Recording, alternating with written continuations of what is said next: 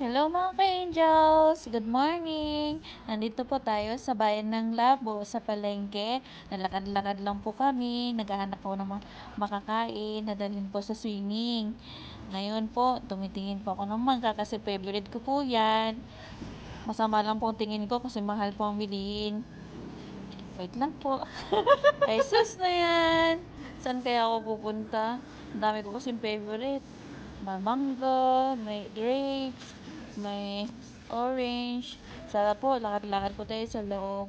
Paano po yung pwede nating bilhin? Ang layo po, ang haba-haba ng palengke ng Labo. Ang ganda pala dito.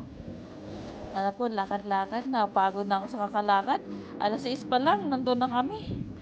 Ay, naku. Ay, sus na yan.